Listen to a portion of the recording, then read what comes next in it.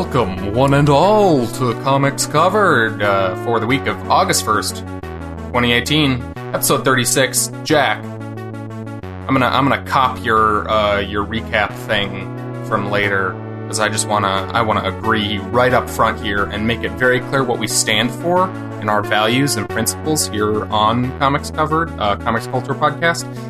That we have strong feelings about how much MoviePass sucks. Yes. I actually wanted to go into how we should add an AH to the end of Comics Covered, so it is actually Comics Covered. It was funny how Comics you said it. Comics Covered. I think that would make sense. Covered. No, yeah, we can totally talk about how it sucks, because it sucks. Last weekend, I tried to use it. And my girlfriend and I tried to see this really bad looking horror movie called The Row with Lala from the reality TV show Vanderpump Rules in it. We wanted to go see it because it was going to be really bad. But we went to this theater. It was like a small theater. And they were like, dude, MoviePass hasn't been working except for with e-ticketing theaters. And I was like, what? And he's like, well, smaller theaters, because we don't have an e-ticketing thing, it's not working. I was like, that was never a problem before. Well, yeah, I guess it's this week. So it didn't work at any theater this past weekend, except for ones that do e-ticketing. Well, that's bullshit. It's just like, it's a new fucking announcement about how fucked all their shit is every week. And for anybody who doesn't know what MoviePass is, I feel like we've complained about it a few times on the show before, because we're both new members this year. But, it's basically a service where you pay a fee and you can see, theoretically, unlimited movies every month. They're going to be going out of business in the next few months here. It's escalating to a point now where, like, they're not offering tickets to select big movies now at all. Yeah. Which is absurd. They ran out of money unexpectedly. Like, in the last week or two here, like, for people buying tickets, it just stopped working because they like ran out of whatever funds they were using to pay for these. I don't understand it really, but it's ridiculous. Okay. Oh, wait, anyways. Did you hear, because I also keep getting these emails about how we're apologizing for the lack of service and shit. It's annoying. But did you see, I don't know if you still get notifications from AMC, they are rolling out a new unlimited movie option kind of thing? Yeah, it's like a bunch more money. It's $20 a month. You can have any, like, standard and, like, 3D stuff. Yeah, and you it's get all like, that you can extra see stuff. 12 movies, I think, a month. Which is quite a bit. I don't know that I would even get near that. Yeah, exactly. But it's also double the price. And also AMC, if you have their regular premiere thing, you get $5 movies on Tuesday. So I feel like I would just be able to do that and it'd be the same kind of thing for me. You know what I mean? Yeah. Anyways, here on Comics Covered, other than complaining about MoviePass, we talk about comic books and the world around them. Sometimes there are comic movies, that's related. So that's a thing. Vaguely related. But we also talk about the comics industry, comics TV, comic games, and how much MoviePass sucks. We will also talk spoilers about the books we're reading, which will come later in the show, and we'll probably say a damn. Let's say all the swear words right now that we can. Okay, right. Let's get them all out of the way. Okay, it's gonna be fuck. There are three of them. You said one of them. It's fuck. It's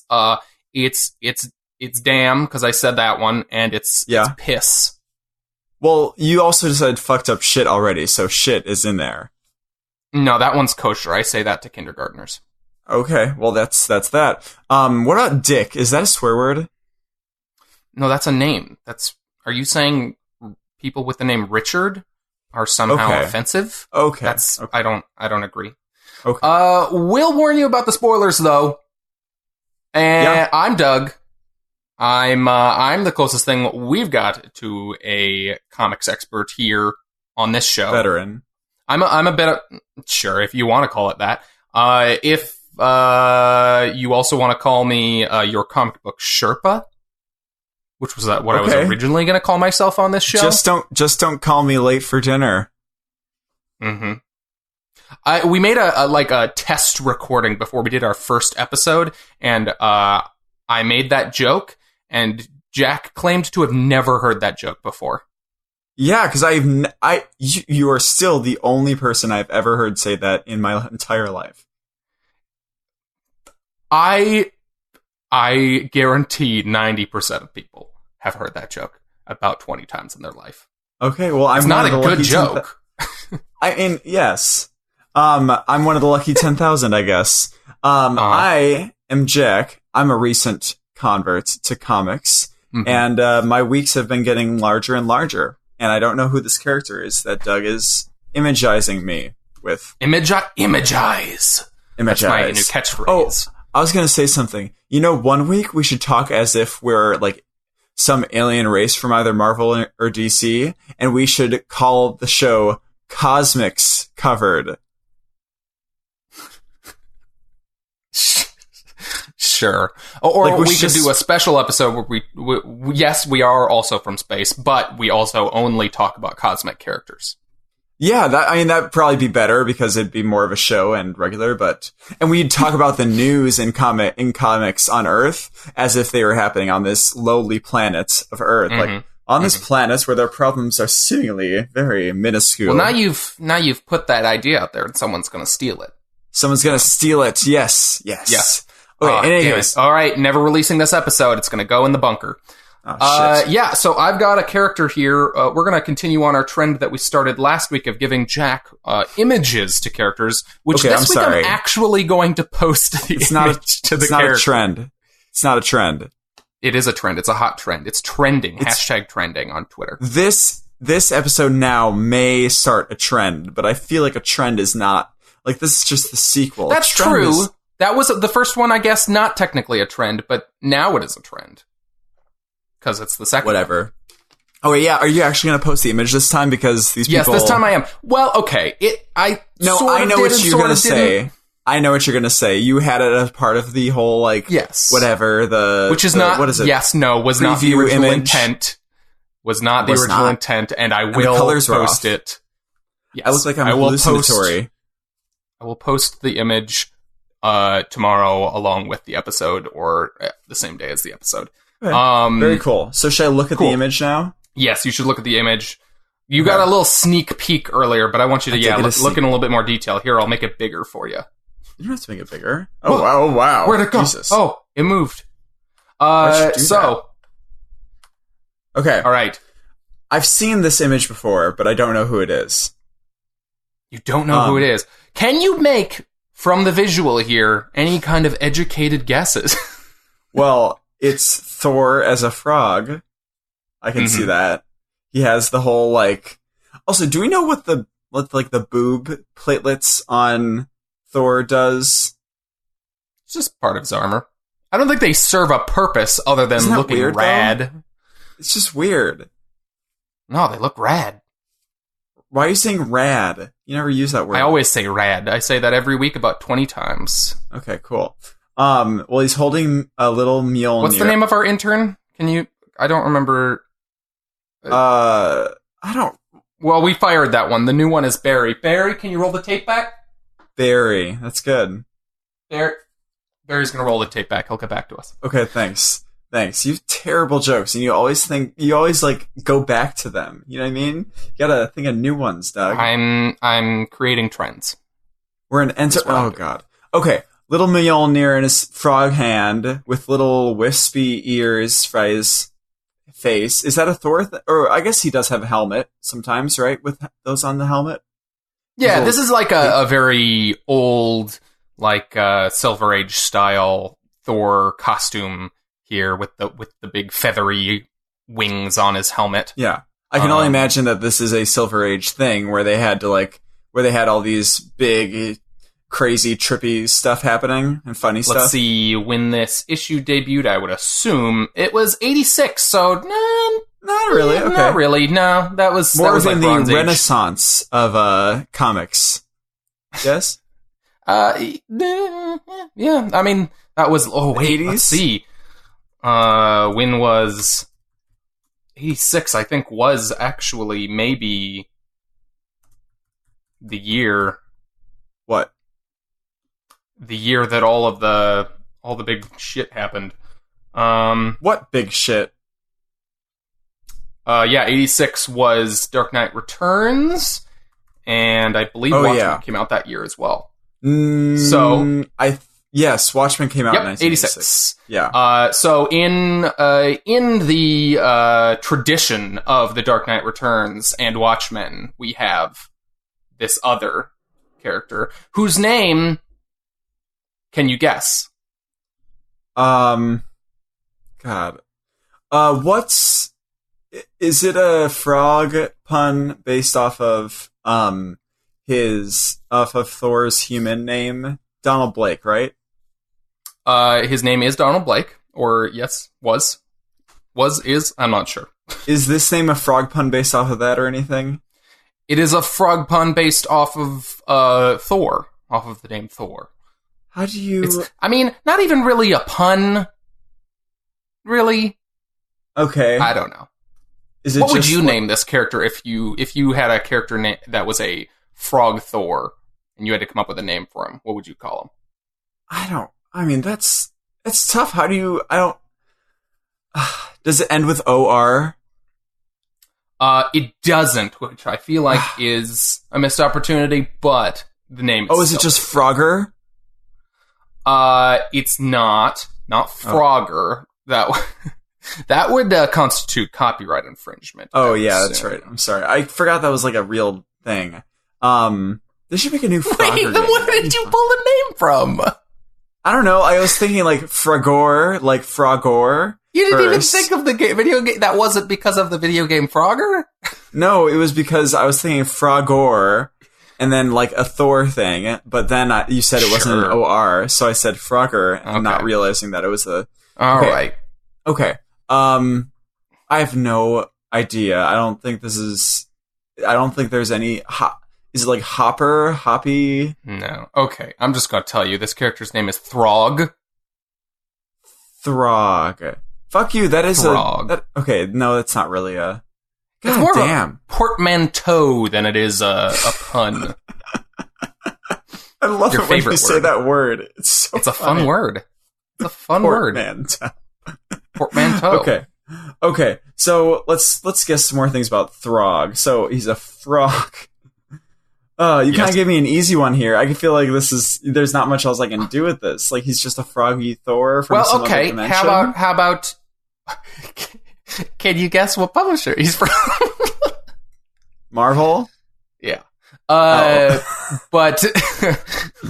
was hoping you would think that was a trick question. But how about was this frog originally a frog, or was he like a man turned into a frog? You said 86? Yes. I'm going to say it's a man. Or no, I'm going to say it's originally a frog. This was, unlike Peter Porker, the Spider-Ham originally. Oh, no. Oh, wait, no! Peter Porker was because they're like anthropomorphic pigs on that planet, weren't they? Yeah. Or they were anthropomorphic like spiders, and he was bit by a pig. Whoa, anyways. No. Sorry. Peter Porker was a spider bitten by... But I thought the rest of the thing were pigs. The rest of them were pigs. Yes, I know. It doesn't really equate here. Never mind. But he was originally a frog. Good. No, he was a man. He was a man. Damn it. He's a man messed up there. Man named Walter Simonson, created by a man named... he's a man named Simon Walterson, named after the famous comic book creator, Walt Simonson. Oh my god. Wow. Who created him. And he was a football player. Okay. And something happened to him. What happened to him, Jack? What caused this?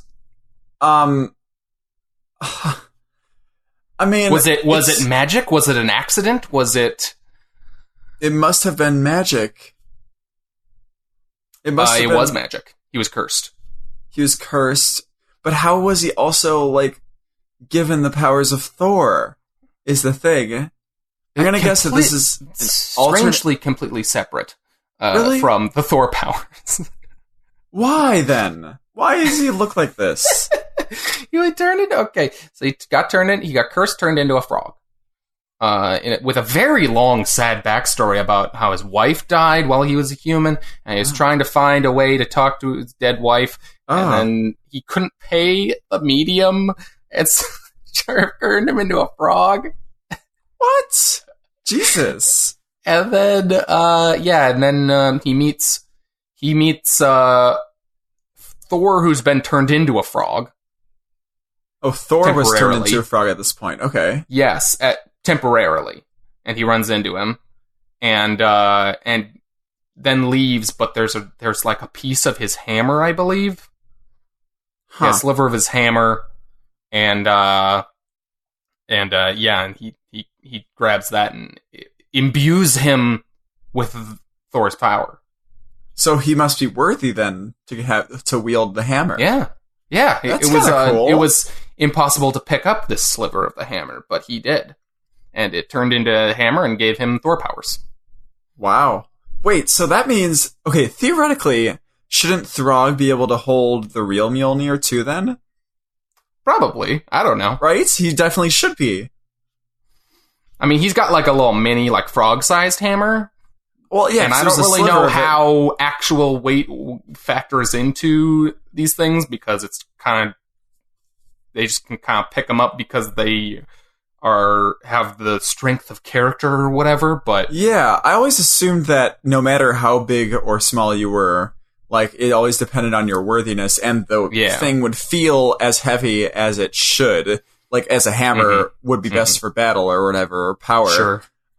So I think that he should be able to carry the real hammer. Yeah. That's crazy. Does he show up every now and then still? Yeah, so he's a part of Throg is a part of a Marvel group of...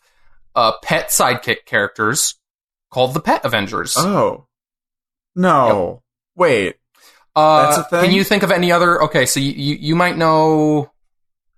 You definitely know one of these. You might know another one. Can you guess any other Marvel pet characters who might be on this team? Is Peter Porker in there?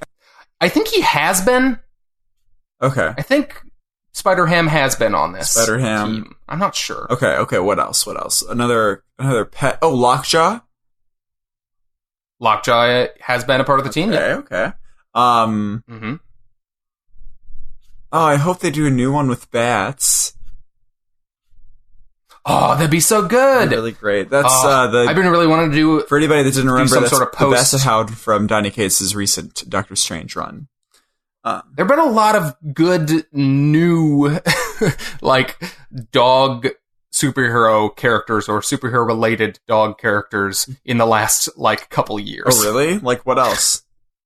Well, I mean, there was bats, and then there's this new element dog in the Terrifics, which is adorable. That's right. Yeah. Wait, Yep. Is there a Sentry dog?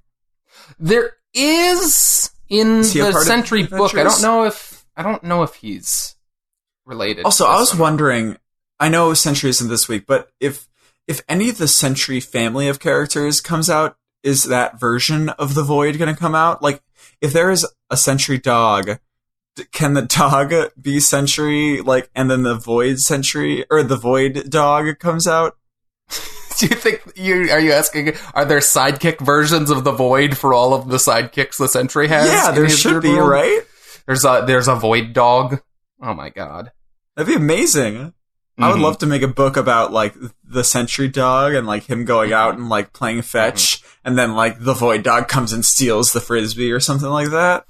Okay, sorry, we're getting off topic. Oh, also, just before we move on, the other members of this team have included Lockheed, which is Kitty Pryde's pet dragon, and Redwing, which is Falcon's falcon, and also wait.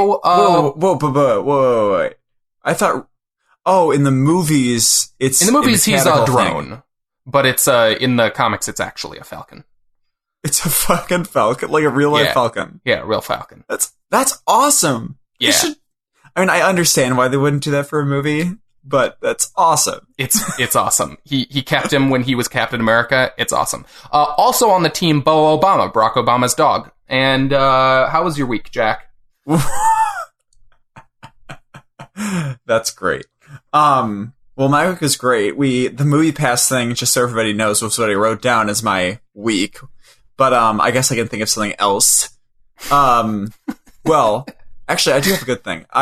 We finished playing this game called Guacamelee. I think I talked about it last week. I watched the trailer for that new one coming out. Doug, you have to play this game. Yeah, I do. I have it on something. I'll play it. It's really good on computer. I got real sucked back into No Man's Sky this week because of the big update. Oh, and look at you. I still very much like that game. Hey, I mean, you're one of, I guess, not many. It's gotten a lot more support since this new update came out. A lot of people got back into it, but I liked it from the beginning just because I didn't have overblown expectations for it, and I just think it's a chill, fun, like, relaxing game. I feel that. Just flying around and looking at weird animals and stuff. But I'm doing a playthrough of Skyrim now. That's kind of like what I'm treating it as well. Just kind of walking around. Playthrough of what? Skyrim. Oh, Skyrim. Yeah.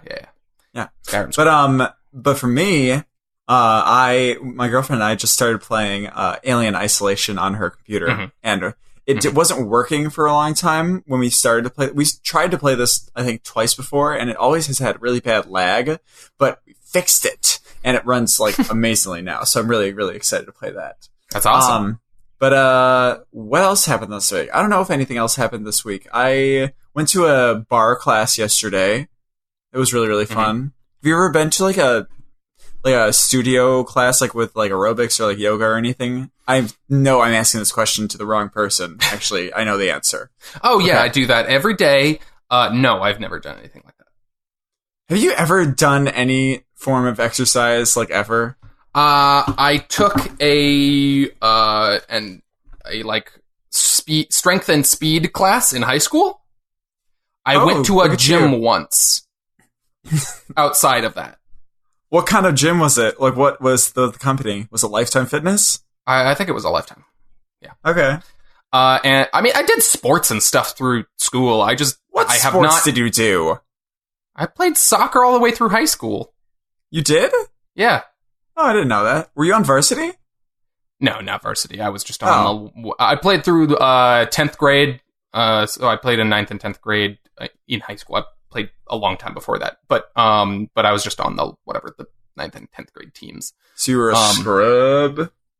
Yeah, I don't know. I played rec for years before that. Like, I wasn't a good soccer player, but I was fast. I also did track in middle school, but I have not independently done any exercise to exercise since like graduating high school, probably.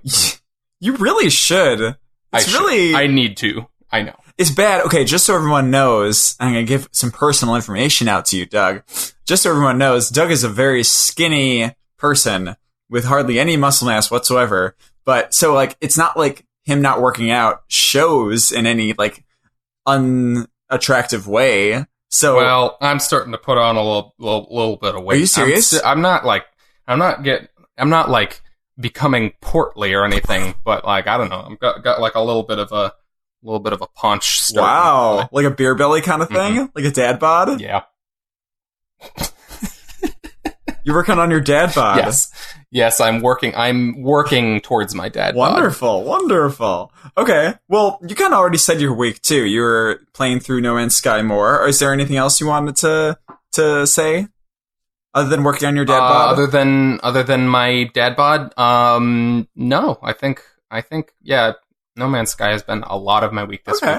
Wait, can I take that one step further? You not only never work out, you've told me once that you see no point in paying for a gym to go work out. I remember you telling me that.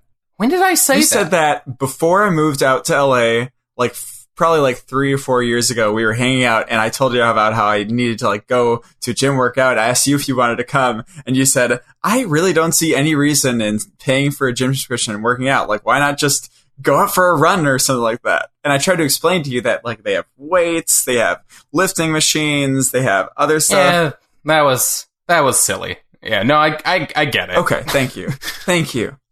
Okay, Doug, so... Cool. So you just sat down and, mined minerals from No Man's Sky basically this week?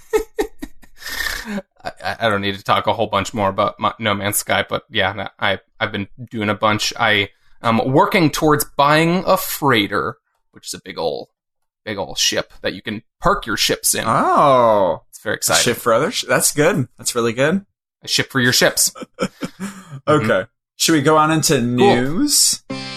Yeah, let's move on into news.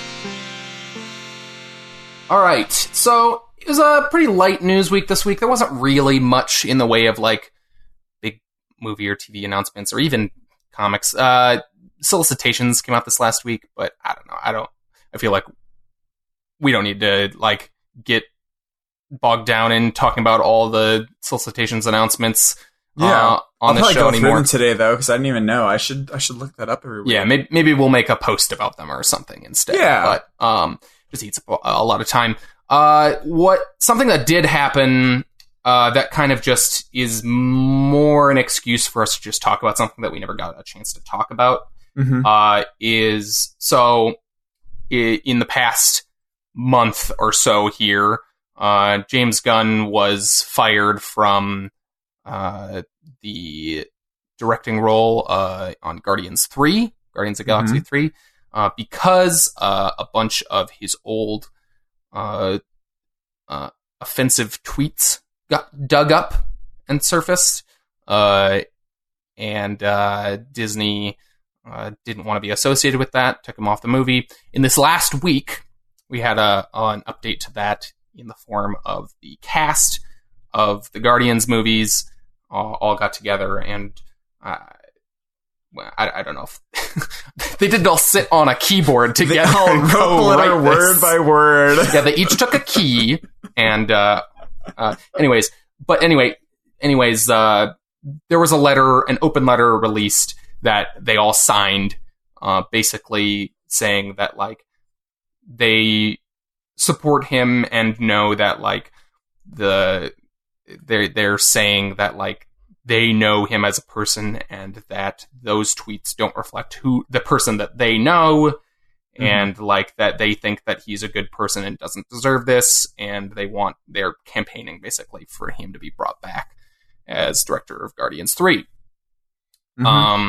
And so, yeah, I think we really just wanted to, I don't recall if this happened during it did happen the week of Comic-Con, which is why we never ended up talking about it. But, so, yeah, we just kind of wanted to talk about this new development from the cast, but also our thoughts kind of about the whole thing. It's a very strange sequence of events, honestly, that leads to this, and it's a very oddly murky scenario.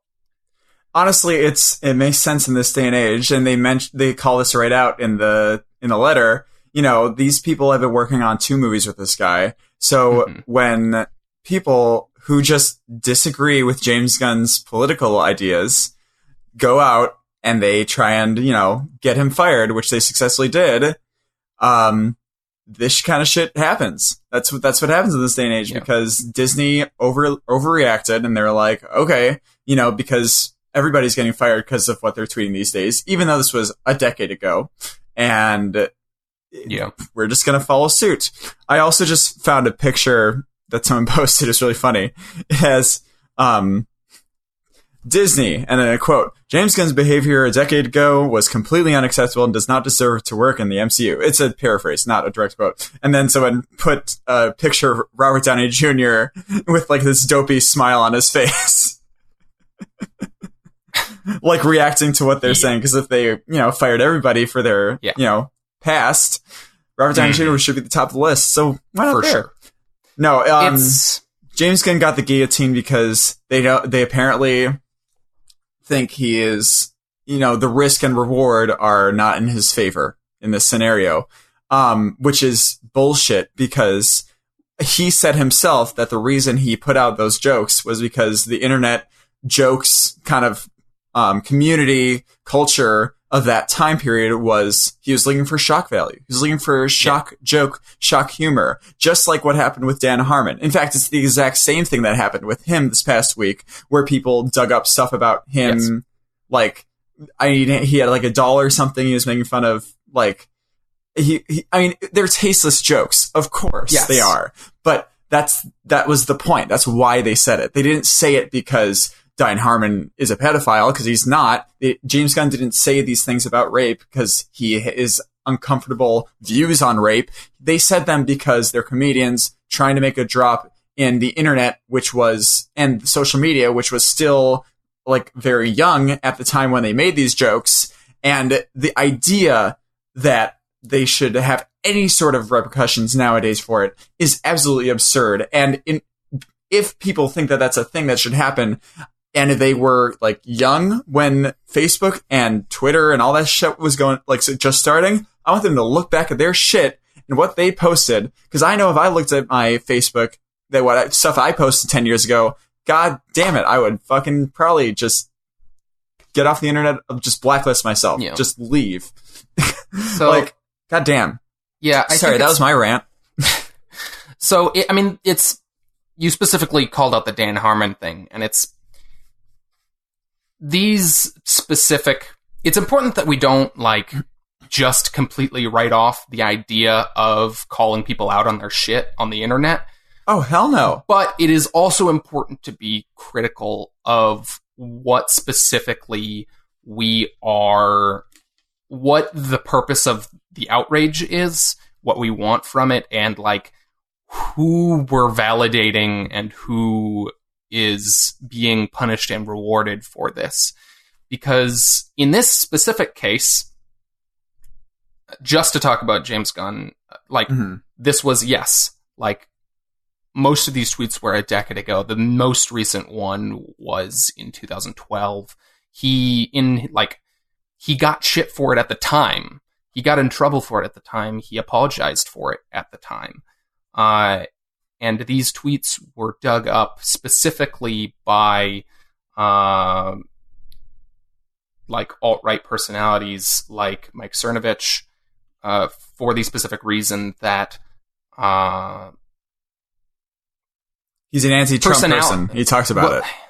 Yes. Like, it is a targeted campaign against left-leaning celebrities, specifically because many right-leaning celebrities have been dinged in the last year for having controversial views, for having hateful views. And so they're like, well, if you're going to take down our people, we're going to take down some of yours. The difference fucking being is that Roseanne just talked about how, what was it, a jungle lady? Yes. Was that what she said? Or something like that? She just did that. That means she's still this person. And her apology was, like, I mean, her apology doesn't matter because it's ABC's, thing. And it's just, the idea that you're comparing these things, like, these people are still doing these things. That's why we're doing it. But, they did it back here, so they're terrible people, right? Like, fuck you. You're an asshole, and you're just trying to make this something that it's not. It's shitty. Yeah. And it's just, I think it's a dangerous kind of line to be drawing. It's people leveraging on the, like, ease of provoking outrage on the internet, for what is, quite honestly, really gross kind of political aims. And it's like, no one's denying that, like, the jokes that James Gunn made in this case were tasteless and gross. Yeah. They're terrible jokes. But, like, and, like, if Disney doesn't want to be associated with him, like, I think it's an overreaction, yes, but, like, I mean, that's their prerogative, but in doing so, they're also validating people who are going to continue to try to push this into I don't know. Well, no, I totally say, here's what you're saying. What they're doing is they're giving in to what is basically cyber terrorism. It's terrorism. They're making terrorism work. They're saying, okay, so these people brought this up, so now we're following suit with what they want. That's exactly how terrorism works. That's what this is. I'm sorry. Is that dramatic? No. It's what it is.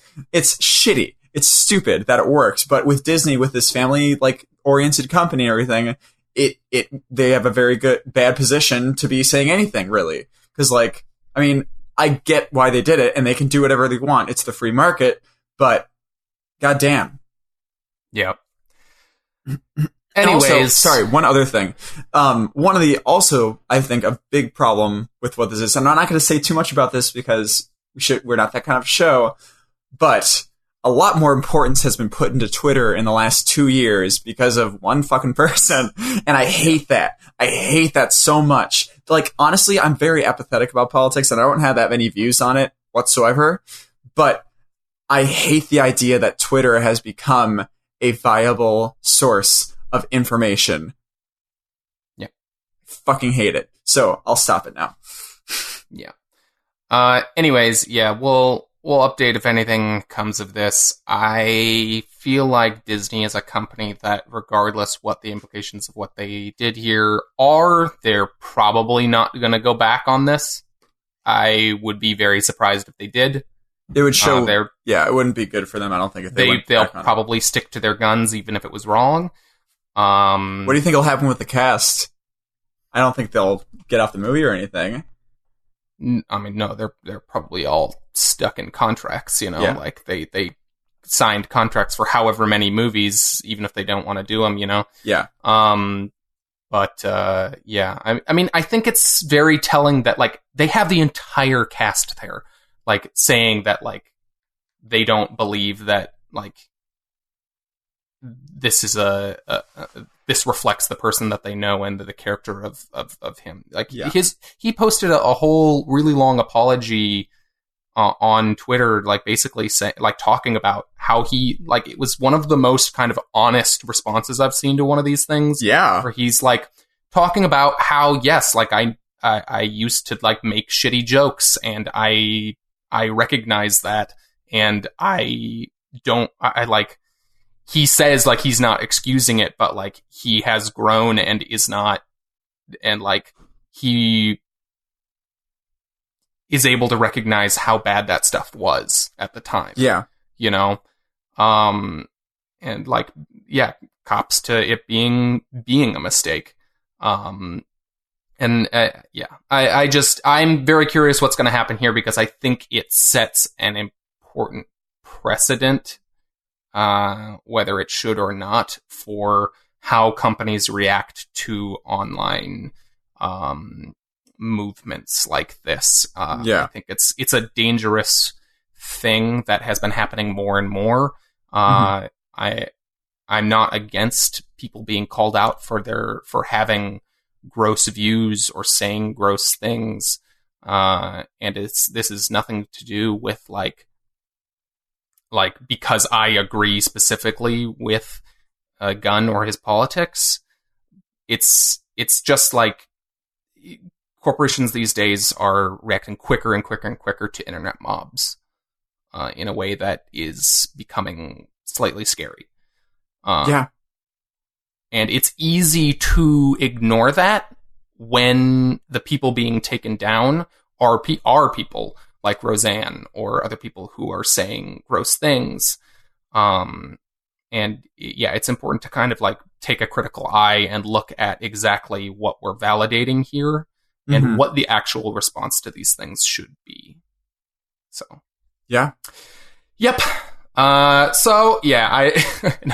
The people who listen to us probably aren't coming for political takes or analysis of internet communities and the proper response to hate groups. But it's a big thing happening. We talked about it.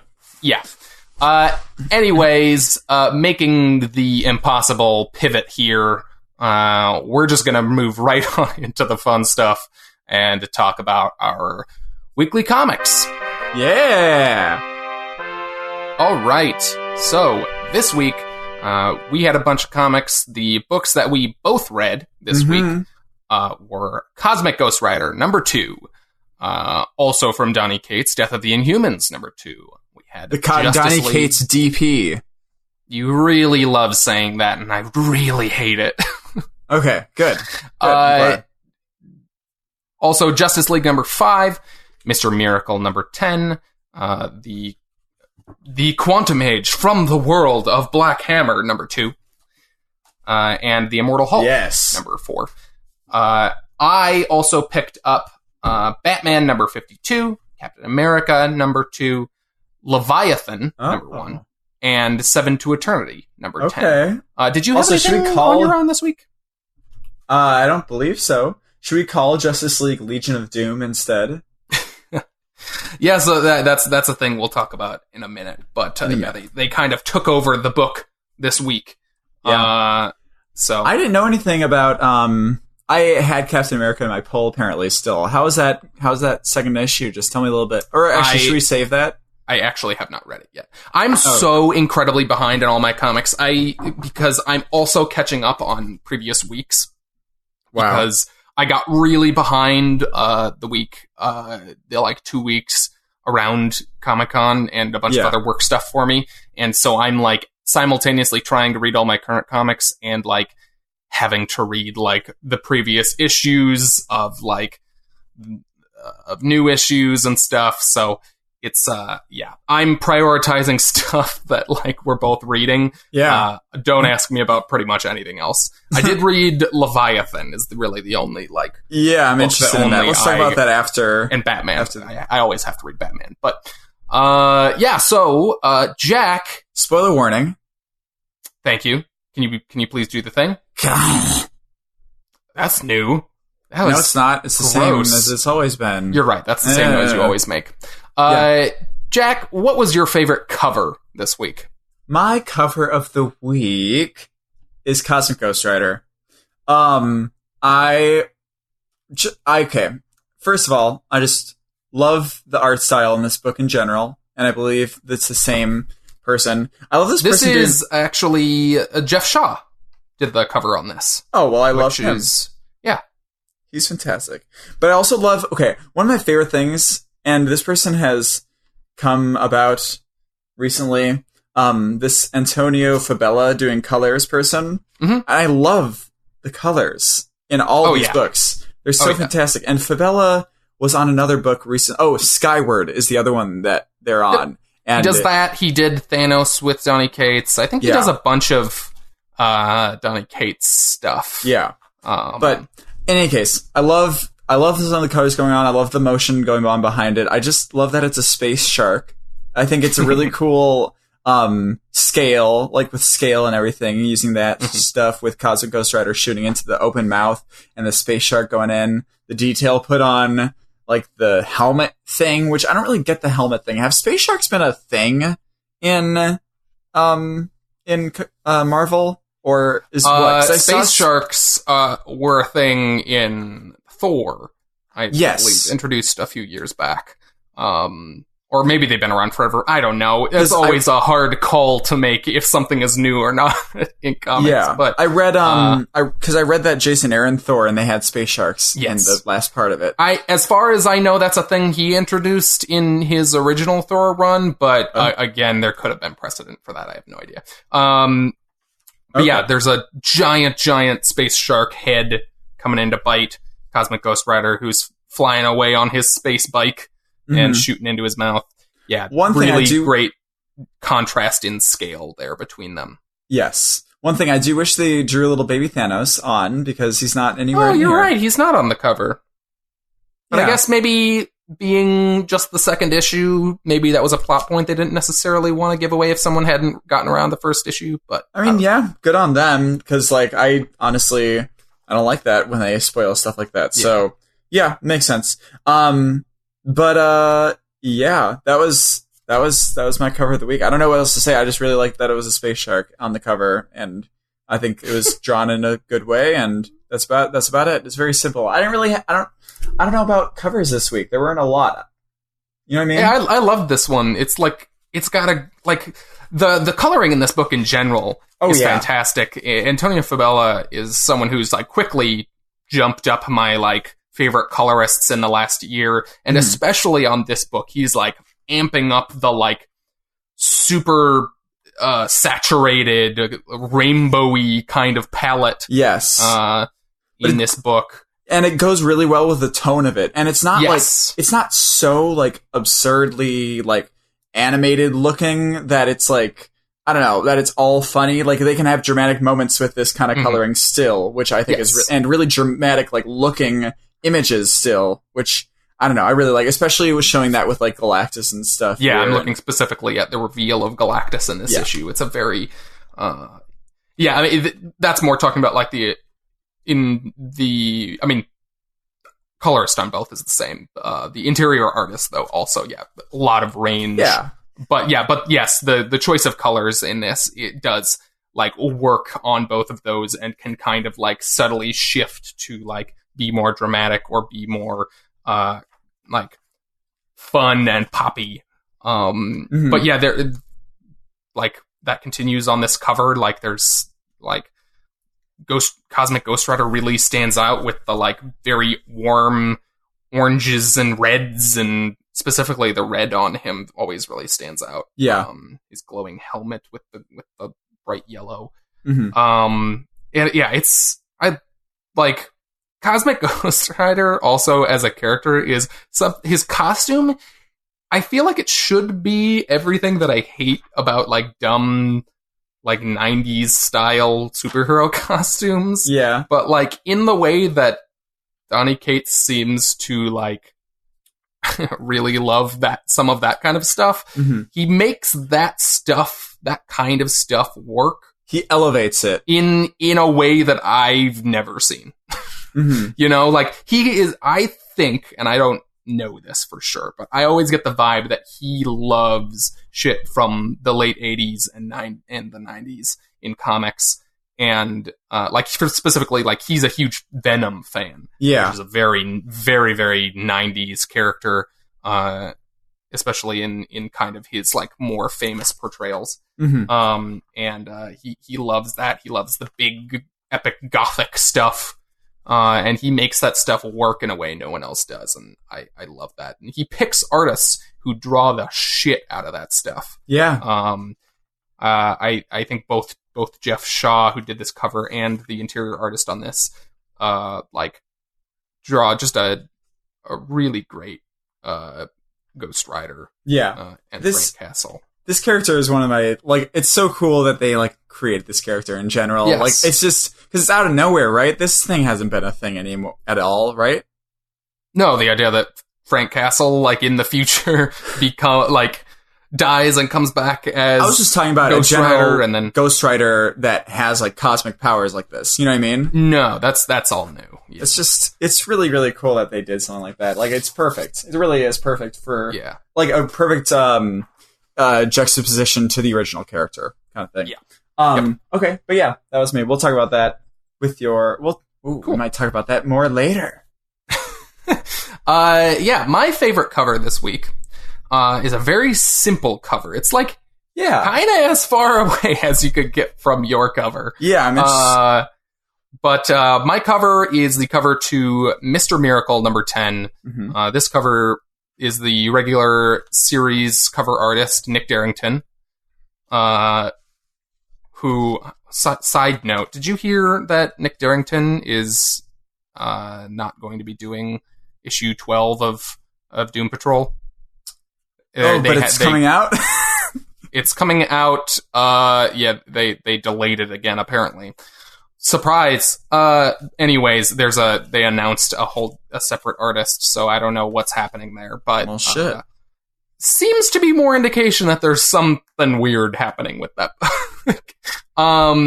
Anyways, but this cover by Nick Darrington is an image of, it's like a portrait kind of framed image. Yeah. Like, it's like upper chest to the top of the head of Darkseid. And it's just him standing there, but the interesting thing about it is that it looks like a negative image. It does. I was wondering if they like actually did that. Like, it looks like an X-ray. Yeah, it looks... I'm not sure what the process was on this, but it looks to me as if it was done with black lines and they were on white paper and they reversed it. But I could be wrong. It could be they could have used like white pencils or whatever on black. But it looks like a negative image or like an X-ray or something, you know, in that way that like what should be dark on it is kind of like white, and and everything light on it is black, and it gives it this very like, I don't know, like translucent-y looking feel. It's very unsettling.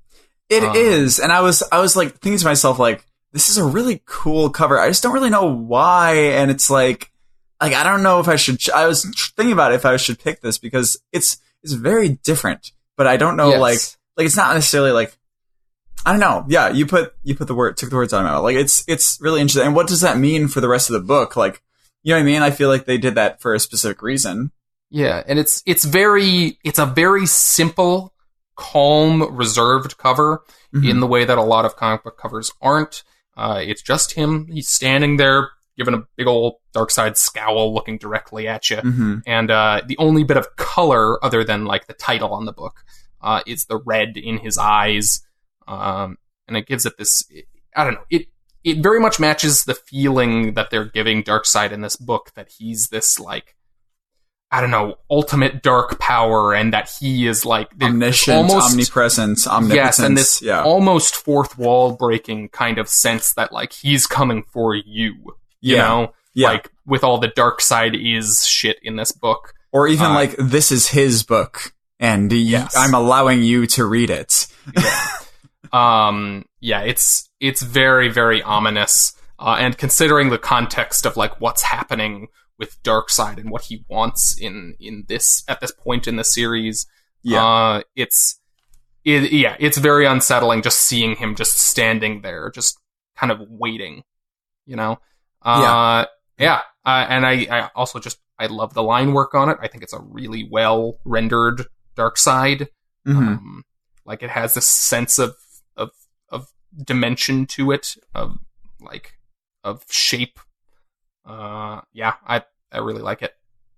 Nick Darrington, always awesome. He really is. That's sad about the Doom Patrol thing, but we'll see, I guess. Okay, well, this is also my book. I gotta talk about it for a specific reason.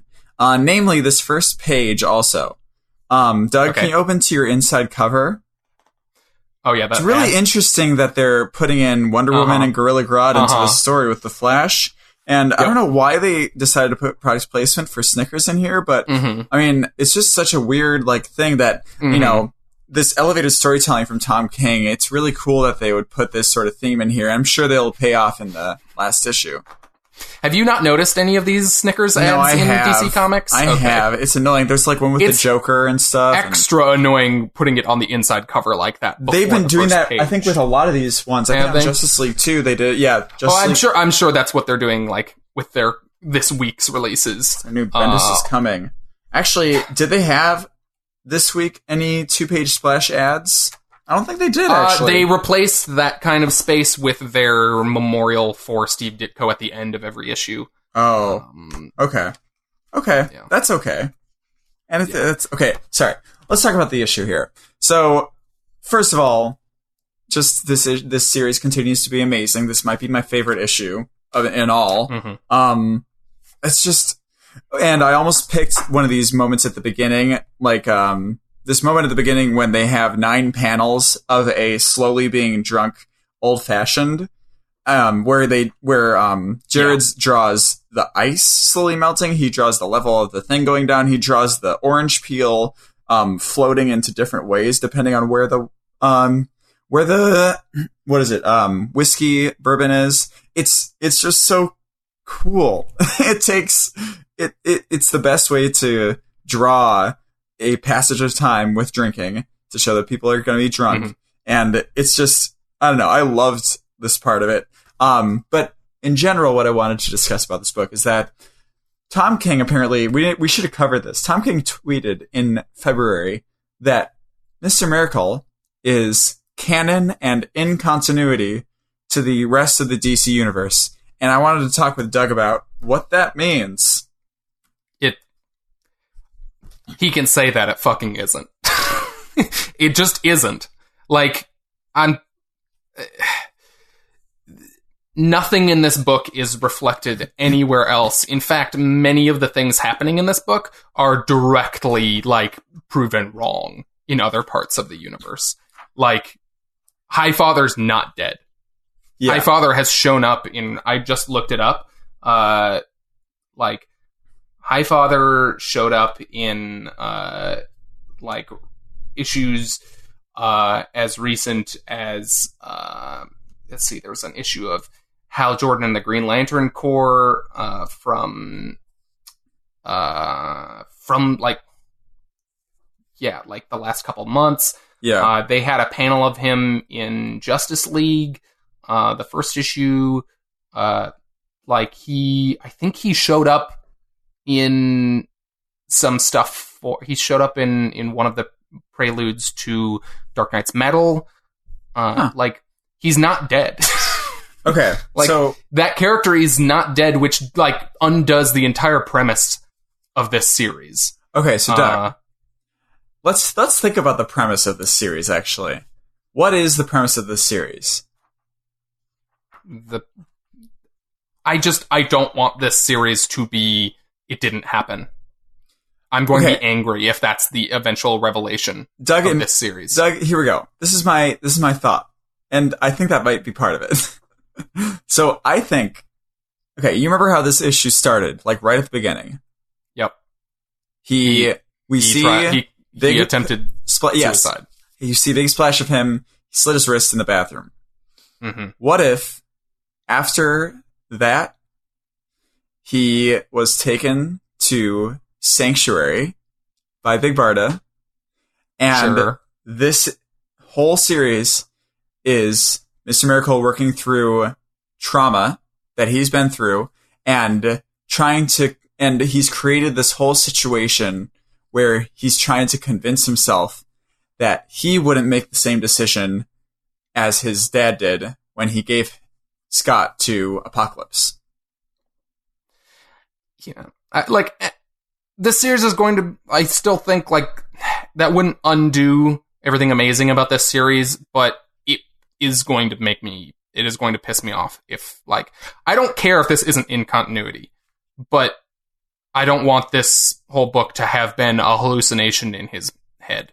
I think it depends on how they execute that final reveal, if they do something like that. Sure. I think that still, like, the whole in your head thing, I think, is annoying when none of the stuff that happened matters.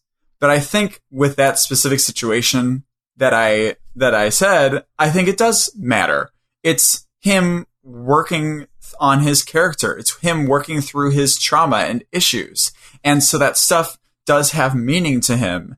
And I think that's different than just saying it was all a dream. Sure.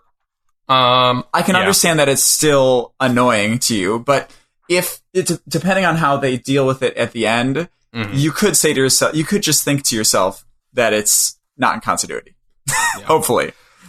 Also, this is not kind of the current place at which Booster Gold is. This is a more kind of like classic interpretation from like a year or two ago of Booster Gold. Yeah. Himself very much not in a good place and actually will be going to Sanctuary, I think. Yeah. He's a huge part of that, isn't he? I think he's going to be a part of it. He was on the cover. I think they sent him to Sanctuary, or at least that's what everyone's assuming. And like, I don't know, like Darkseid has he's in a very specific kind of role and place in the last year in the DC universe. Yeah. He's definitely not in charge of Apocalypse. He's a child, right? He was an infant, and now I believe he's been aged up to like, he's like a young adult, like a Teenager Groot? I don't think he's a teenager anymore. Teenage Groot. I think he's like a 20-something, but he's still like young, you know? Yeah. Like he's a younger Darkseid. He's gonna be in that Justice League Odyssey book. But like, yeah, I don't know. It's just nothing in the like that has to be the solution. Like this, like if they want this book to have ties to actual continuity, like it kind of has to be some sort of imaginary scenario, because like otherwise it like doesn't make sense. In any case, what's happening in this book is not physically happening in the real DCU. Yes. Like, if that's what he's trying to imply, that's just not true. Maybe I mean, Scott could also just be delusional in general, or people around him could be delusional. I don't know, actually. I don't know. Because also, what you never see something that's not Scott's perspective in this book, ever. No, you don't. Yes. Yeah. Sure. Like, he's always in the situation. I don't know. Yeah. I don't know. But let's talk more about things I love about this book. It's things like the shower sequence. Oh, yeah. Do you know what I'm talking about? He's standing in the shower. That was a good page. And he just ends in the fetal position in the shower. Like, it's just, this issue specifically, like, has a lot of great things. And even on top of some of those mundane things like the drink slowly going or the shower, like, a lot of big things happen here, which is, first of all, you remember when, and I think this is a direct correlation. So, Scott was totally okay with getting executed, right? In like issue 6 or issue 5, right? Mm-hmm. Remember when they had the whole date and they were going to have their last date? Yep. And then like at the end of the issue, Big Bart is like, okay, so I guess I'm going to have to save you again. And she's like, just kills everybody and be like, no, you're not getting executed. Why are you doing this? And we had a really big moment here, I think, in this issue where Big Barda sees that Scott's gonna just allow for the son to, to be raised on Apocalypse like they were. And she's like, are you serious? You're gonna let yourself be executed and now you're gonna let your son just be raised on this terrible place where we were, where we're fucked up from forever because of it. And she, like, I think it's this moment of her hitting the picture is like the climax of her like, what the fuck are you, what is wrong with you? I can't keep doing this for you. This is terrible. Why are you doing this to me? Why are you doing this to yourself and to your son? Like, it's really, really, I think it's a cool, I think it's the same idea that she was upset with in issue 5 with him accepting his fate. It's great. Yeah. I mean, it's this constant idea of like he wants to give up, Yeah. Like, I mean, he's a character who like, he doesn't want to fight like in any way, shape or form, like physically or emotionally or anything. He just wants to like kind of let the world kind of roll over him because it's easier. Yeah. And, I think it's fascinating that the ultimate kind of like, because Barda calls him out specifically in this issue in the park for like for that, like saying like, if you like, this is it's some fucking just heavy, dark shit, but like her like saying, like calling him out for like what, like if you died, like where would that leave us? Like, how could you do that to us? And like, I think it's fascinating that like, they're making this distinction here between like, like him, like ending his life because it's easier. And in the end, when he decides, no, we're going to go and we're going to fight Darkseid and we'll probably die, but we're going to make a stand. And her like being completely on board with that and like loving him for making that decision. And so it's like this difference of like, like self-sacrifice for no reason versus self-sacrifice like like in for your cause and for like the people you love, or selfish self-sacrifice, I guess I should say, versus selfless. Yeah. Because she says, like, when do I get to escape? Like, you get to do all this. When do I get to do that? Yeah. It's God, this dark book is so, it's emotionally devastating. Yeah. Every issue. Like you said, dark. I don't think dark is the right way to say it. It's emotionally like relevant. That's why it hits so hard. You know what I mean? It's really, really like deep cutting emotionally. Like it gets down to like the like hard to face core of these characters. Yeah. In their like absolute most like desperate and I don't know. In a way emotionally that honestly, vulnerable place. Yeah, in a way that honestly not many other books get to. I would say the one that is most comparable, and it makes sense because the writer, is Vision. You know what I mean? Yep. That's the closest thing. And this, I feel like, is even taking it further because they're, because we're not exploring the lack of emotion versus trying to have emotion. This is emotion. And we're fucking, we're doing it. Yeah. And also, one of my favorite parts of this issue was the story that Funky tells them that he draws in this, and Jared's draws this like a child. I wonder if this must have been him too. I wondered about that. I feel like it probably was, but because they didn't give any kind of other art credit, but I would have also loved it if like this was his kid or something like that. But I think it was. Yeah. I mean, we can't really look at like, that art style. Like, no, but yeah, it's really cool. Like this, it's just amazing that like, sometimes I don't know why I like it so much, but this is one of them that I do know why, because it has climax in the best way. Like after all that war shit, I think last issue, like they were discussing, I think the treaty and stuff like that.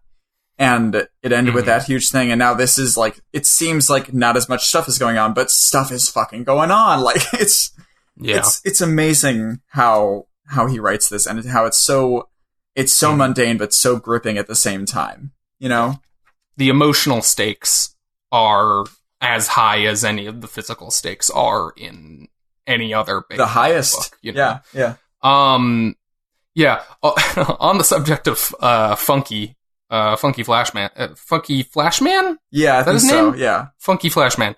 Funky, whatever his name is. Did we talk previously about Funky being an analog for Stan Lee? No. I feel like it might have come up briefly when we talked about the first issue. I know he said Excelsior last. He said it again in this one. Yeah. So Jack Kirby made this character as an ancillary New Gods / Mr. Miracle character. Okay. Because this was when he moved over to DC from Marvel, doing like tons and tons of work with Stan Lee, and this character was at the time him like it was a jab at Stan Lee, like him being a hack and all this. Interesting. Anyways, I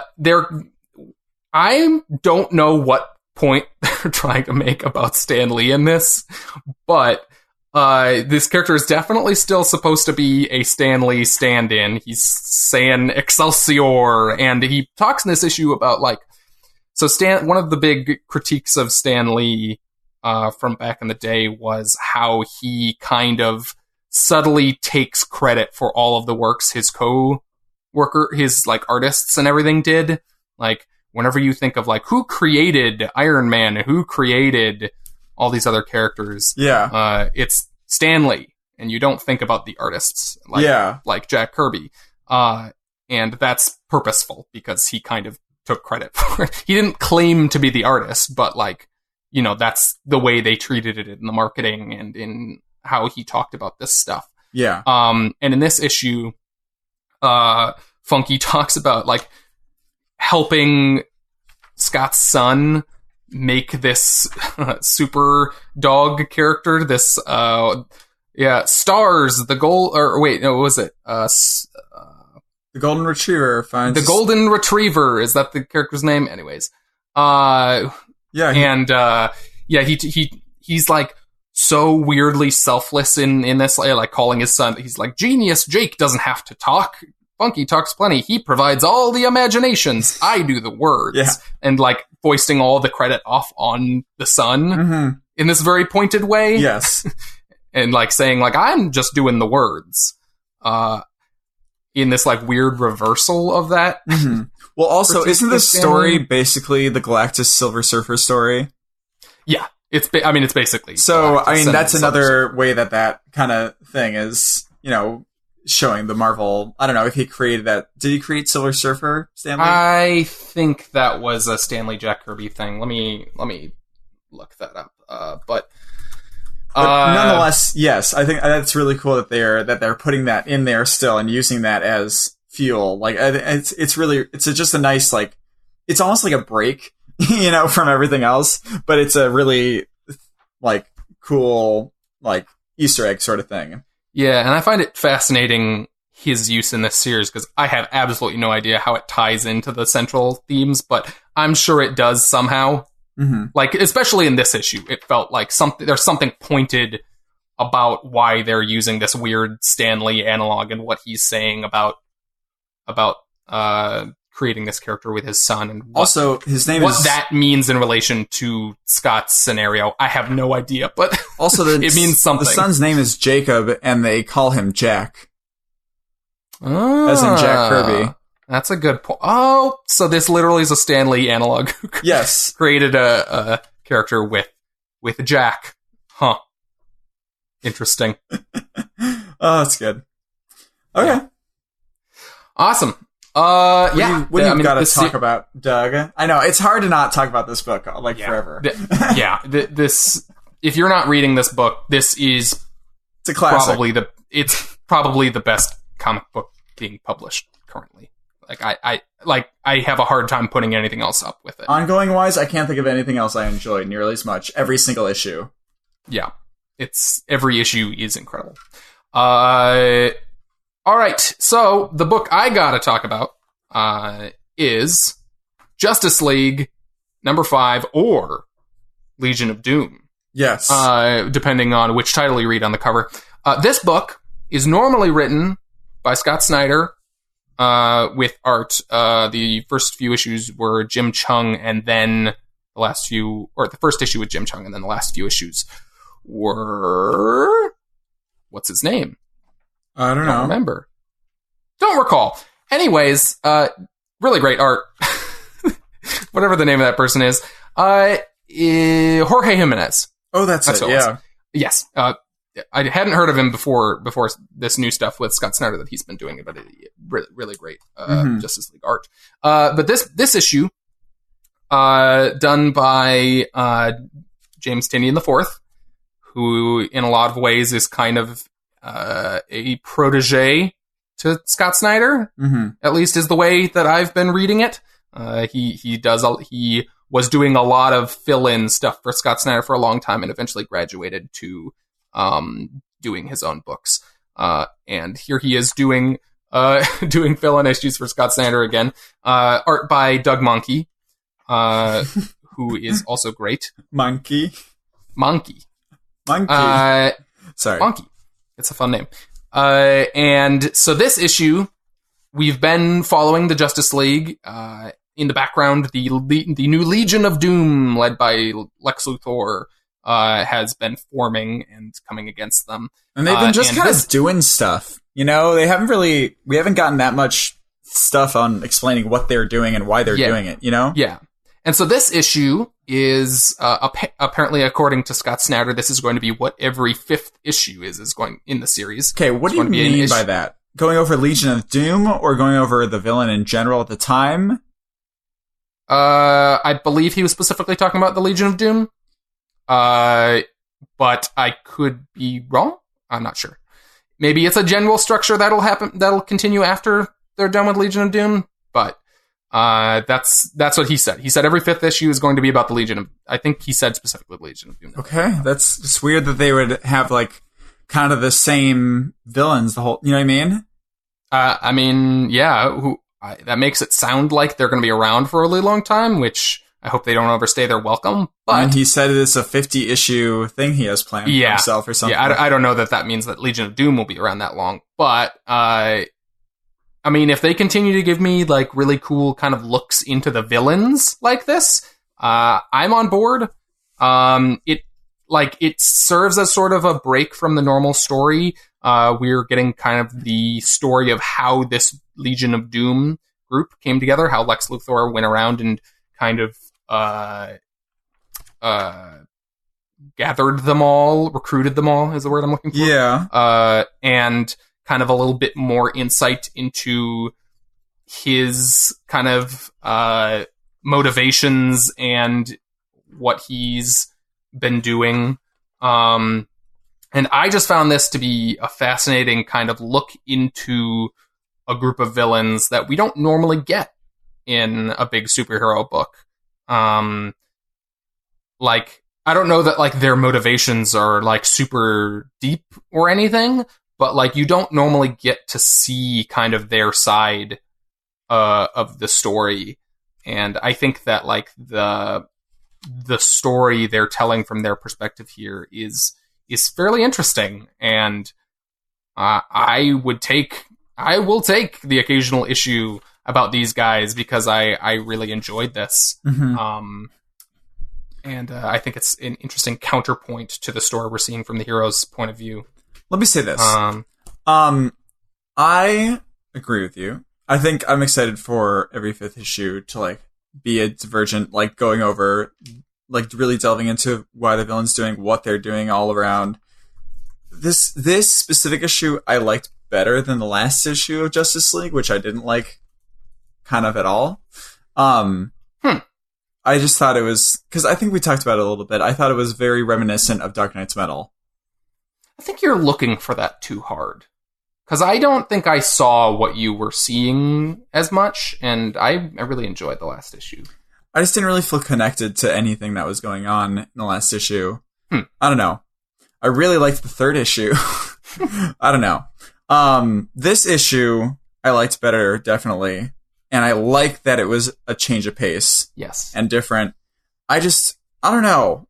I just thought maybe I haven't had a lot of exposure with Lex Luthor, and that could be a lot of it, and I don't really understand him as a character all that much yet. You said like, Lex Luthor? Yeah. Mm-hmm. But I don't know. I just don't feel that connected to, like, what's going on with him and, like, why he's doing stuff. Like, I don't know. It was like he goes to the future. He sees that he's right. I don't know. I don't really get it. I still don't really get it. Why he's... I mean, I get it, I guess. But, like, do we know anything about the totality at all, like, yet? Or is it still kind of like, whatever? No, I don't think we know anything about what that is. Like, I don't know. It's just... I don't know. I just don't know. Like... When I'm reading this, do you know, I don't feel like it's giving me that much. Like, I like it, but I don't feel like it's giving me that much. Okay. Fair. Is it, though? I don't know. I really like the approach that they're taking to Lex Luthor here. I like, you could look at it as, like, a lack of depth, but I think there's they're specifically creating villains here who are just, they're out for power because they want power, and they're specifically, which is, like, a very classic old school villain thing that, like, has kind of gone by the wayside because we've tried to move towards villains who, like, have very specific wants and needs that have to be, like, very understandable. And I think what Scott Snyder and Tynion IV here are doing is trying to delve into the motivations behind, like, people who just want power for power, that old school style of villain. And kind of, like, trying to provide a window into that, and, like, create context. Kind of show that there are complicated emotions behind that, like, seemingly non-complicated emotion. Yes. Yes. Okay. I think that's part of it. And do you think that's kind of part of why they're doing the whole unseen emotional spectrum thing? Of power? Yes.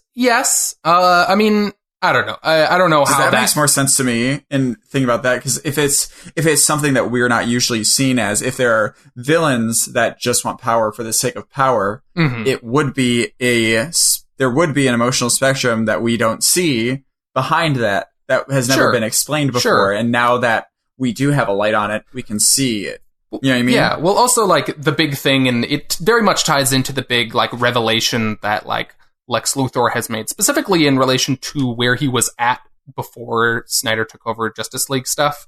Because he was a good guy, he was trying to be a hero for a while. And what this series is doing, and what this issue is doing, is he's having this moment where he's, like, realizing, like, none of this shit matters, or he's coming to the conclusion that, like, none of this shit matters.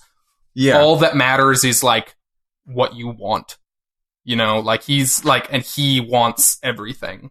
And he sees this future where he could have everything he's ever wanted, and what's holding him back is this, like, what he believes to be this misguided sense of morality that has distracted him from, like, what he has always wanted, which was just, like, this godlike kind of, like, power over everything and everyone. And see, I think that's what I'm missing here. I think maybe I missed something by not reading No Justice. You know what I mean? Maybe that was part of it. They do specifically reference, like, that being some sort of turning point for him. In, like, him helping the heroes made him, like, realize something. He said something about the how he realized that, like, entropy was the dominant force on Earth, and I don't know. Whatever. Yeah. And how that made him realize part of this. I don't know. I feel like you can get the gist from that, but he's basically just saying, like, I don't know, like, people are selfish, and he thinks we would all be better for just giving into that and not denying who he believes we really are. And I think that's a fascinating kind of approach to take if they continue to put as much kind of thought into like, why he thinks that, and him continuing to try to convince other people of that. Well, and a kind of a counterpoint to what the Justice League, because if the Justice League kind of represents what we strive to be and our ideal, he kind of represents what we should just see in ourselves and just be that. Yeah, he's, like, morally representing, like, giving in to your base instincts and, like, surrendering to that like, evil base thought that you don't want to acknowledge. Which definitely ties into that emotional spectrum thing. Yeah, and that's also kind of how he's recruiting all these other characters. It's just saying, like you're distracting yourself from what could be, like, your true path to being, like, getting what you want. I will say one of my favorite parts was when he was talking to Sinestro. I thought that was a really, really fun, not fun, but it was a good little scene, good little conversation. I think it was fun. Like, I think a lot of this issue is fun. Like, just seeing the villains and just reveling in just them being evil and giving into, like, the most evil parts of them in a way, like, the fun kind of evil that's not, like, edgy. They're doing actually fucked up shit. It's just, like, this old comic booky style of evil, you know? Yeah, I feel like that 1 million years from now thing was definitely old school, like, he has taken over the world because they realized he was right thing. I thought that was kind of silly, but I don't know. You know what I mean? Yeah. I don't know. I like it because it totally exemplifies this, like, ridiculous, like, what would Lex Luthor dream of if he could dream of a future, and it's just this future where they all worship him. I like that. Yeah, I can feel that. I don't know. I think you gave me some background in this talk about, like, what what this kind of means for the character of Luther and what it kind of means in the context of comic villains in general and a trend, going back on a trend sort of thing. And yeah, that makes sense. And I totally understand if like what they're doing here is not your thing, like it is bucking a sort of sense of, it is and it isn't bucking a sense of like realism that has kind of taken over a lot of modern comics. And it's, I think, trying to mix in a bit of the bombast and fun of old comics while trying to keep like a kind of emotional grounding in a sense. I don't know, but yeah, I can definitely see how what they're doing here would lose a lot of people, and I don't disagree. I found myself enjoying it. Yeah. No, I know. I'm excited for the next one. We'll see more of what goes down. All right. Cool. What was your panel of the week, Doug? My panel of the week, going back to Cosmic Ghost Rider here, was I just thought this was very funny. It was probably my favorite comedic beat in the book. It actually made me laugh out loud, which is difficult to do in a comic. And it was Cosmic Ghost Rider has brought baby Thanos, who he's bringing around with him on his adventures here, to a bar. And the baby Thanos can talk for whatever reason, and he's got a giant mug of beer, and he asks baby Thanos, he's like trying to make baby Thanos, like he's trying to change him so that he's not, he doesn't turn into a murderer in the future. And he asks baby Thanos, how is it, meaning his beer, and the baby Thanos says, yucky, tell me more about murder. And it's like, damn. And it's just so funny because it's just so obviously such a bad idea, which they play around in this issue. Just like this idea that like this ultra powered Punisher is taking baby Thanos and trying to turn him into a good person. And like, that's not gonna work. Like, you're not going to do anything that is going to make this child a better person. And like the setup for it, like he says like crazy cosmic serial killer. What's a serial killer? Maybe more like a mass murdering space dictator. What's a mass murder? Yeah, it's just it's a crazy, ridiculous situation that they're paying it off in the best ways. And I love the image of, in this panel, of baby Thanos just sitting at this bar with a giant mug of beer and like scowling and asking about, he says, yucky, tell me more about murder. It's like, I love in this issue the contrast between like them like writing him like he's an infant, but also being fascinated with like murder and death and all of this kind of stuff that like motivates Thanos in the future.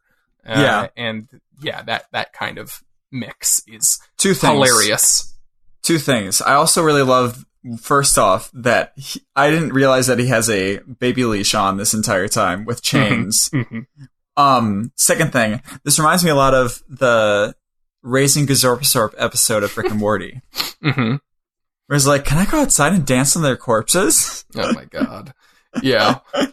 Oh, that's great. But so yeah, good. No, I love this entire, it's just, this book is just so great. Yeah. Baby Thanos. And I'm really excited to see what happens with this Watcher, showing him this future. Oh god. I didn't know who it was at first in this last picture. I was actually thinking about picking this last image, but I didn't know who enough. Yeah, I also considered this last image. With Juggerduck? Yeah. Donny Cates revealed a while back that he was going to have a, I think it's Howard the Duck powered. It's gotta be. Powered by the crystal ruby of Cyttorak. I don't remember if it's a crystal or a ruby, but it's what gives Juggernaut his power, basically. What? I thought Juggernaut was a mutant. No, he's not. He's never been? They made him a mutant. For the movies? He's an X-Men villain, but I don't believe a mutant in the comics. Oh, well, shit. Okay. And then you got Cable here, and I don't know who the Fox guy is up top. So I think that's... Oh, it's Iron Man. I think it's Rocket Raccoon. It's In Rocket like an Raccoon Iron Man in suit. what appears to be a Groot Iron Man suit. Why Groot? It looks like bark. Oh, yeah, it has little sticks like on it. plants. Crazy. And then there's also Captain America kind of thing here, too. It looks like Kamala Khan, Ms. Marvel, but she is also sort of Captain Marvel and also sort of Captain America. Which you get more of the Captain Marvel thing, and Captain America when you look at the next time on, in which they clearly must have made a costume change, design change, in which she has the Captain Marvel insignia on her chest, whereas in the actual reveal on the last page here, she has the Ms. Marvel symbol on her chest, but the rest of her costume looks like a mix of Captain Marvel and Captain America. And she has Captain America's shield. I think this character on the right is Jubilee, who's another mutant character. I don't know who that is. She has the power to create lights. She creates lights. Oh, she was in Domino for a little bit, wasn't she? When we read that first issue, wasn't she in the party scene and she did fireworks or something? Dazzler. Oh, anyways, they have kind of similar powers. But yeah, this group claims to be the Guardians of the Galaxy. I assume of the future. Cable is a character who's always time traveling, so I assume this is like the Guardians of the Future or whatever. I think that's fun. Well, the Watcher is showing him a future in which he raised Thanos. Yep. In which Frank Castle raised Thanos. I don't think he's traveling to the future where maybe he is. He said he just created a timeline where Punisher raised Thanos as a child, and he said, watch this. I think that's pretty... Well, they're in the timeline currently. I'm assuming... Because Nathan Summers says Cable says, I'm from the future. I assume this is a future group of Guardians coming back to stop this in this timeline that he's now creating. I see. It could also be... There was also a weird big machine explosion. Maybe he got transported to the future of this timeline. It's unclear at the moment. But I could see it going either way. They could be from the future, or he could have been transported to their future, but he does say he's from the future, which, I don't know, could mean a lot of things. But anyways, yeah, that also very fun. I love Juggerduck. Juggerduck is very good. And also, I am very much Team Juggerduck. There was a big argument when he announced this, that people saying that Duckernaut was a better name, and they're wrong. Juggerduck is a way funnier name. I like Juggerduck. Duckernaut is okay, I guess, but Juggerduck is better. Getting Jugger and Duck in the same word is so funny, I can't handle it. Juggerduck is very good. Very big fan. You can't handle it. You're literally just going crazy right now. I'm writhing on the floor right now. Okay, well, in regular Donny Cates fashion, my panel of the week is very different. Your panels of the week? My segment of the week. It is the last page, so it's specifically the last page. I just want to talk about this book and how divisive this last page is going to be, or this last thing happening. Yep. It's just, he's got to be dead, right? That's as about a God. I hope he's not. As possible. He's on the cover though. He's on the cover of the next issue, which makes you think he's not. He's got to be alive. They can't put him on the cover of the next issue if he's dead. Maybe he's in, hell or something. I don't know. I have no idea where this series is going. It feels like anyone can die. It's just And it would absurd. be the ultimate way to exemplify that idea, which he definitely seems to be going for, that everyone's life is at stake, to just kill Black Bolt. I was very afraid for Karnak for a minute there. And why? More Karnak? You like Karnak better than Black Bolt? If I had to pick, I would pick Karnak. Wow. But I love Black Bolt. I don't want either of them to die. But if it's like who are you going to pick? If this is like I have to shoot one of them, I'm shooting Black Bolt. Wow. I love Karnak. Wow. I mean, I hope we get more Karnak now that Black Bolt's done so. I was a little disappointed with the use of Karnak here. He didn't really do Karnak shit. He didn't do Karnak shit at all. He felt very powerless. But I feel like if he's, I don't know, maybe they'll focus on him now because he seems to be the biggest Inhuman that's alive still. Yeah, I mean, if Black Bolt is dead, well, if Black Bolt is dead, Medusa's probably taking over. But Medusa. Karnak is his brother, right? Yes, I think I don't remember if they're blood related or not, but I believe he's his brother. Okay. But Karnak, I think we've talked about this before. Karnak, not an actual Inhuman, doesn't have Inhuman powers. Oh yeah, he did not go under Terrigenesis. Yeah, Terrigenesis. He just wanted to learn about. Yeah, he just things. Trained himself to see the flaw in all things, and he's great. Oh wait, that's important. That he's not an Inhuman, because why would he want to kill them anyways? Why would they want to kill Karnak? Yeah. Yeah, that could definitely be a plot point here. I mean, I don't know. I'm not sure if they're making a distinction in the storytelling here, because he's still part of their, like he's an ally with them. But it could definitely be, what if this series is Death of the Inhumans, what if he's the only one to survive at the end? I mean, I feel like that might be it. Like, they definitely very purposefully almost kill him here, and then sidestep and theoretically, seemingly, like kill Game Black of Bolt Thrones instead. So yeah, I could totally see that.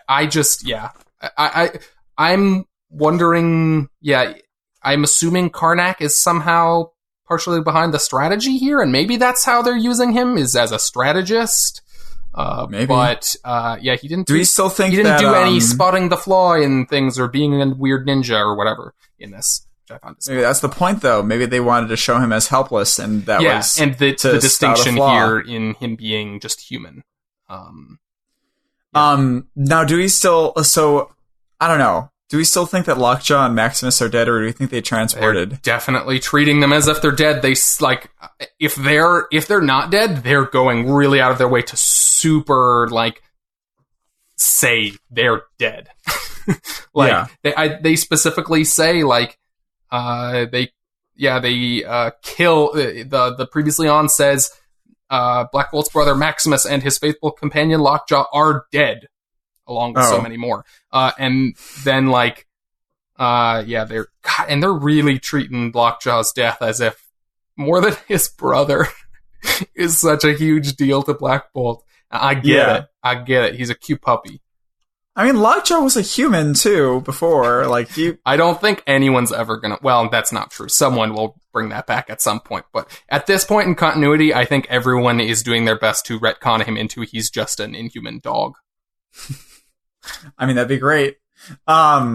But yeah, I wanted to talk about this because I know the first issue was incredibly divisive. Yes. And I looked online about the reactions to this issue, and it was just like, everybody's just so mad. Yeah.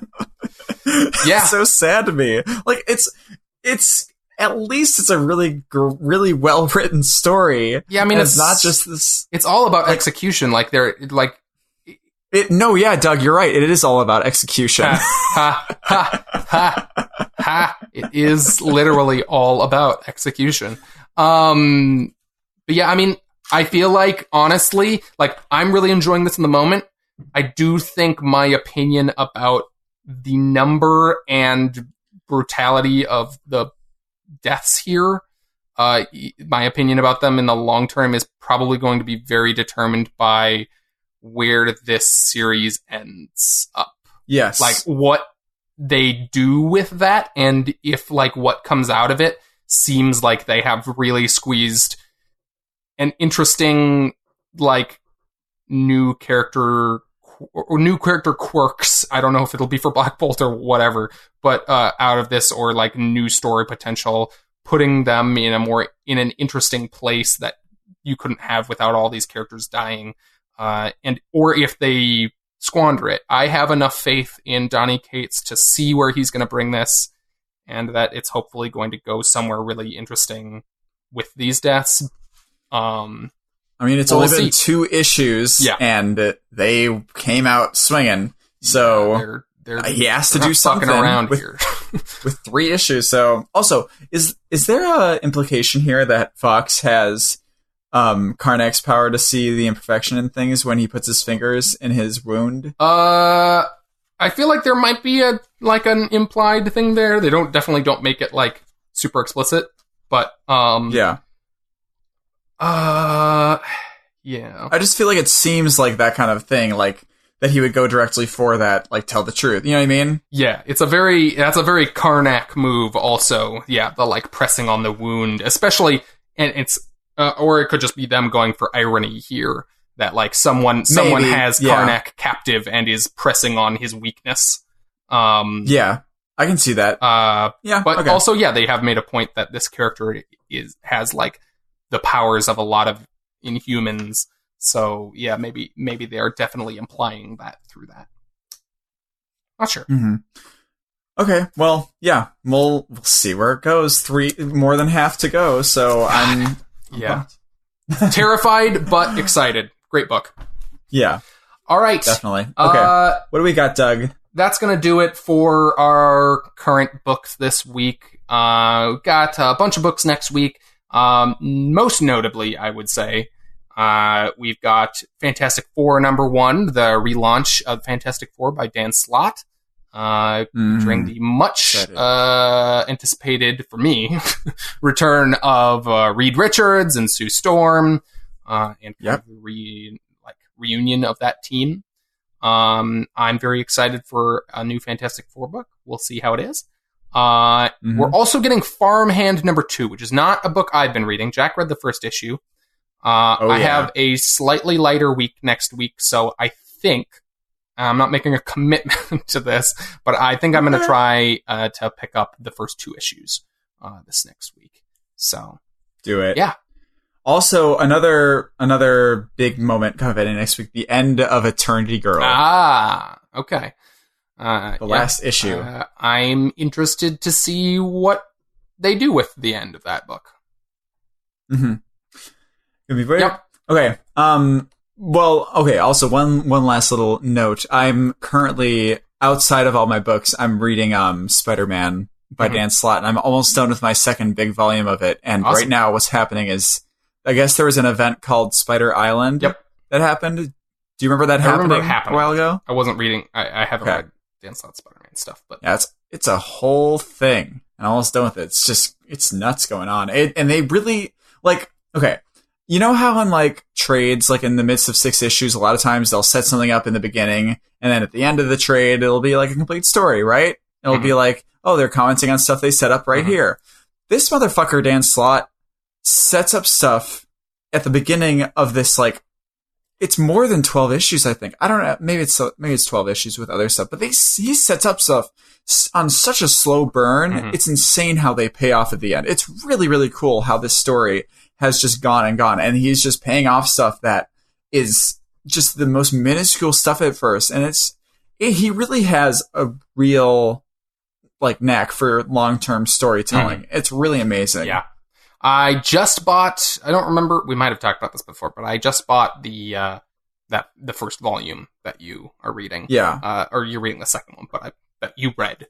And I'm hoping to start that sometime soon. I think I've got a book or 2 ahead of it in my pile that I'm. Yeah, it goes by pretty. I mean, I don't know. It goes by fast for me because I get into these things and reading them a lot. But it's just like I can see what you meant by not really ever having a point at which you could go in, because he fills everything with stuff that's happened all the time. And it feels really good to me because I've read it all now, but it like, I can imagine coming into like a new arc or something and being like, holy shit, what the fuck? Why is he doing this? What is going on? It's just, it always felt like it had this very big weight of continuity at any point in Dan Slott's run that made it very difficult to just jump in, without having started from the beginning. that had kept me away from Spider-Man for a really long time. And I'm excited to try to go back and absorb some of that. So absorb. Yeah. Awesome. Cool. That's going to do it for this week. If you made it this far into the show, which is the end, thank you for listening. Thank you. Absolute biggest thing you can do for us is give us a review or a star rating on iTunes. I mean, you can give us any number we would like if you gave us 5 stars. I mean, that'd be nice. Shame if something happened. I don't know what that means. I'm not threatening you. Oh God. But give us a review or a rating on iTunes, Apple Podcasts, whatever you're listening to us on. If you enjoy the show, let someone know about us. You know, you meet someone from another country. Definitely tell them about our show because, like an exchange student. Like if you meet someone from Czechoslovakia, we'd like to start up like a little bubble over there specifically. So if you could please seek out someone from Czechoslovakia, is that a place still? I believe it's the Czech Republic. Yeah, we'll do that one. So we'll take either. Yeah. Wait, it'd be really interesting. And they should do like a movie about this or something. They should have like a thing in the future where being an exchange student is actually you switch minds with a person so you can truly experience like the world in their skin. And parents would do it to give their kid like a cool experience, like for rich people, if that was what they did. You know what I mean? Wow. There's a really good, oh God, I'm getting very sidetracked in our outro here. There's a very good plot point in a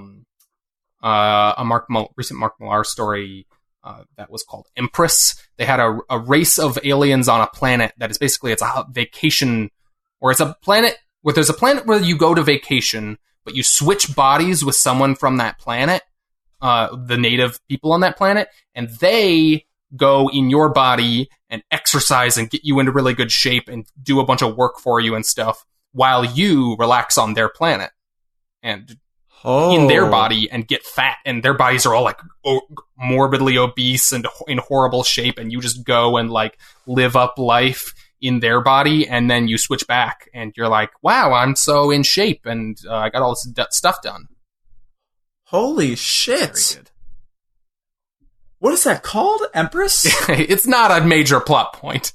It's just like a thing that they I think they go to that planet. I think they go to that planet at some point, maybe. I don't remember. Okay. That's so cool. That sounds like something that would happen in Saga. Oh, for sure. Yeah. You know what I mean? Like, goddamn. I want that to be a whole thing. I want them to go over like a revolution of like those people. That'd be so cool. Anyways, back to the outro here. We release episodes on Sundays, just like this week, so should be sure to check back in next week. And if you subscribe to the show, you don't even have to think about it. It just shows up on your phone. Yeah. Or your computer. Yeah, whatever you're listening to podcasts on. If you have an old iPod Touch, I don't know why you would still have that, but like... Actually, I think they do have iPod Touches still, Doug. Do they still have iPods? Well, I think they're like iPhones, but they just don't have service. That's what an iPod Touch was. It was an iPhone without cell service, but... Yeah. Interesting. Whatever. But in any case, you can subscribe. You can do those kinds of things on iTunes, Stitcher, all those tuning over. Do we have to? I'm not going to say these. All those podcast things were. You're taking a moral stand here. Yes. I'm not saying. Well, you didn't do it last week, so I'm not going to do it then. Mm-hmm. So whichever podcast app you cover, we've got you preferred. What? In the meantime, before the real episode, next episode, I don't know why I said real instead of next. You can find us on Twitter and Facebook under the handle @ComicsCovered. There will be many fake episodes between now and next week. Don't believe any of them. They're scams. You can also find web archives of all the episodes on comicscovered.libsyn.com, that's LIBSYN.com, and on our YouTube channel. Video versions on Facebook as well, so check it out. If you want to get a hold of us with question or feedback, send us a message on Facebook, Twitter, or our email comicscovered@gmail.com. We should answer a thing. We can answer on a future episode if you want too, if you want us to. If you don't care, then, well, that sucks. If you don't care, you're probably not sending us an email. And you might not be listening, so maybe we're just saying this for no reason. In any case, thank you again for listening. Doug?